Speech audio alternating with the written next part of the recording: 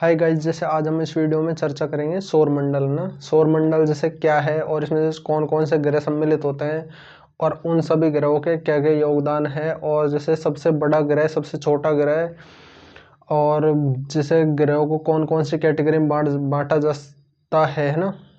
तो इन सभी चीज़ों के बारे में आज हम इस वीडियो में चर्चा करेंगे, तो प्लीज़ वीडियो पूरा ही देख के जाए ना। तो सौर मंडल है ना, सौर मंडल में जैसे आकाशगंगा होती है ना, आकाशगंगा, मिल्की वे है ना, दुग्ध मेघला, या फिर जैसे ये सारे कुछ नामों से उसको जाना जाता है। आकाशगंगा में जैसे वो बहुत काफ़ी सारे तारे और जैसे काफ़ी सारे ग्रह है ना, ग्रह जिसमें आंतरिक ग्रह, बाहरी ग्रह है ना, छो जैसे जो भी मंडल है ना, इसका मतलब जो भी आकाशगंगा में सारा कुछ सम्मिलित होता है। सौर मंडल जैसे सूर्य के जैसे जो गुरुत्वाकर्षण बल के कारण, सूर्य सबसे बड़ा एक पिंड है ना, तो उसके जैसे उसमें जैसे अधिक गुरुत्वाकर्षण बल है, और उसमें जैसे क्या क्या है वो सारी चीज़ें आज हम इस वीडियो में चर्चा करेंगे ना।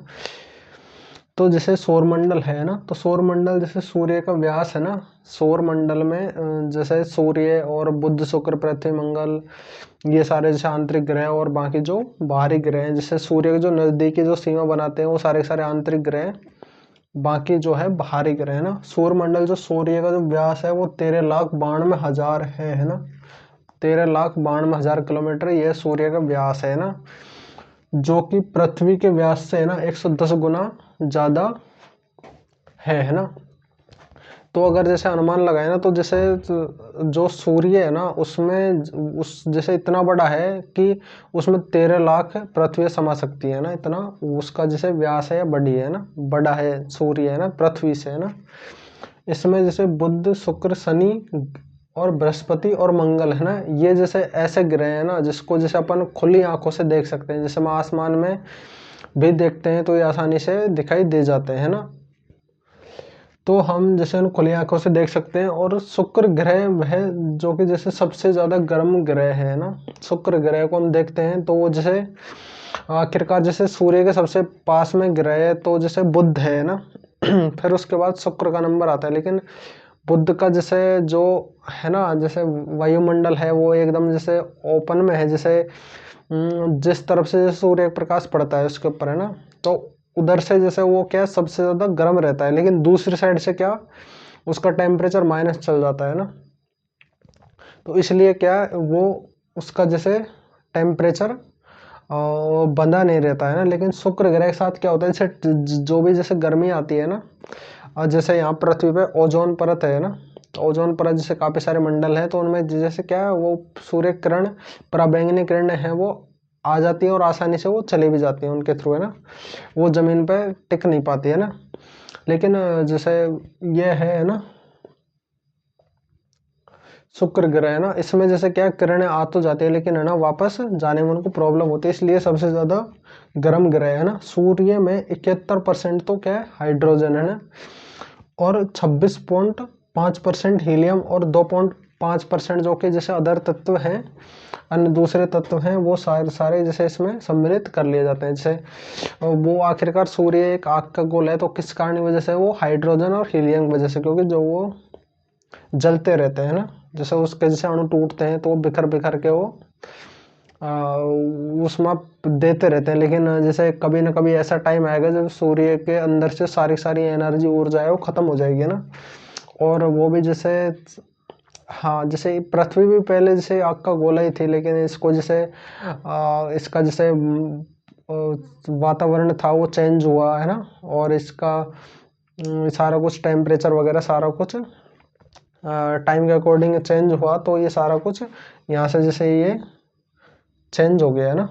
सौर मंडल में सूर्य और अन्य सभी गुरुत्वाकर्षण बल से ये क्या है जैसे बंधे रहते हैं ना। ये जैसे बात मैंने पहले आपको बताई थी है ना, जैसे सूर्य है वो सबसे बड़ा वो है पिंड है, और लेकिन जैसे ये सारे सारे गुरुत्वाकर्षण बल के कारण एक दूसरे से ग्रह रहते हैं ना, बंधे रहते हैं ना। और जो कि जैसे सौर मंडल का सबसे ये सूर्य है जो सबसे बड़ा पिंड है ना। ग्रहों को 3 श्रेणियों में बांटा जाता है ना, जैसे जो कि सब ग्रह हैं तो उनको जैसे 3 श्रेणियों में बांटा जाता है। पहला है जैसे परंपरागत ग्रह है ना, जैसे अपन इनको जैसे शुरू से जानते हैं ना, तो वह बुध, शुक्र, पृथ्वी, मंगल, बृहस्पति, शनि, यूरेनस और वरुण है ना। ये सारे सारे पहले से हमें जैसे परंपरागत जैसे बहुत काफी टाइम पहले से चले आ रहे हैं ना। बौने ग्रह है ना, बौने ग्रह में जैसे प्लूटो, एरिन, सेरस और माके और हामिया है ना। ये सारे सारे जैसे बौने ग्रह हैं। और लघु जैसे छोटे जो ग्रह हैं वो है धूमकेतु, और उपग्रह जो अन्य सभी खगोलीय पिंड है ना।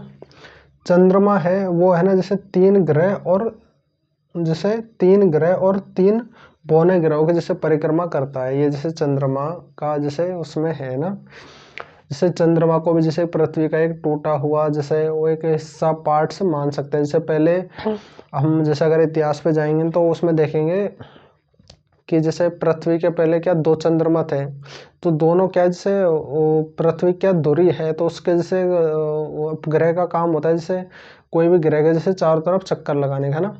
तो उसमें क्या जैसे दोनों ग्रह चक्कर लगा रहे थे, तो एक की क्या रफ्तार धीरे थी और दूसरे की रफ्तार क्या तेज थी। तो उसमें क्या हुआ जैसे ये जैसे एक पहले जैसे 2 हिस्से थे, तो ये क्या जैसे एक हिस्सा क्या हुआ था जैसे दूसरे हिस्से में घूमते टाइम टकरा गया और मिल गए है ना। तो पहले जैसे अगर हम बहुत काफी टाइम पहले जाएंगे तो चंद्रमा 2 थे पहले है ना पृथ्वी के, लेकिन अब एक है ना। और जैसे सौर मंडल में जैसे सूर्य के बारे में और जैसे अन्य सभी आकाशीय पिंड हैं और सभी जैसे ये सारे के सारे जैसे मिल्की वे होती है आकाश गंगा में, जैसे कितने काफ़ी सारे ग्रह हैं जिनके जैसे एक से अधिक उपग्रह हैं ना।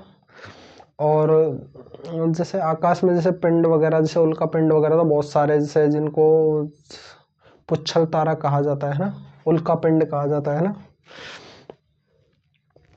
ये सारे के सारे इसमें सम्मिलित होते हैं वायुमंडल में, वातावरण में है ना। तो फिलहाल इस वीडियो में इतना ही, फिर मिलते हैं अगली वीडियो में। और हमारा जैसे वीडियो कैसा लगा और वीडियो अच्छा लगा तो प्लीज़ वीडियो को लाइक एंड चैनल को सब्सक्राइब कर दें। फिलहाल इस वीडियो में इतना ही।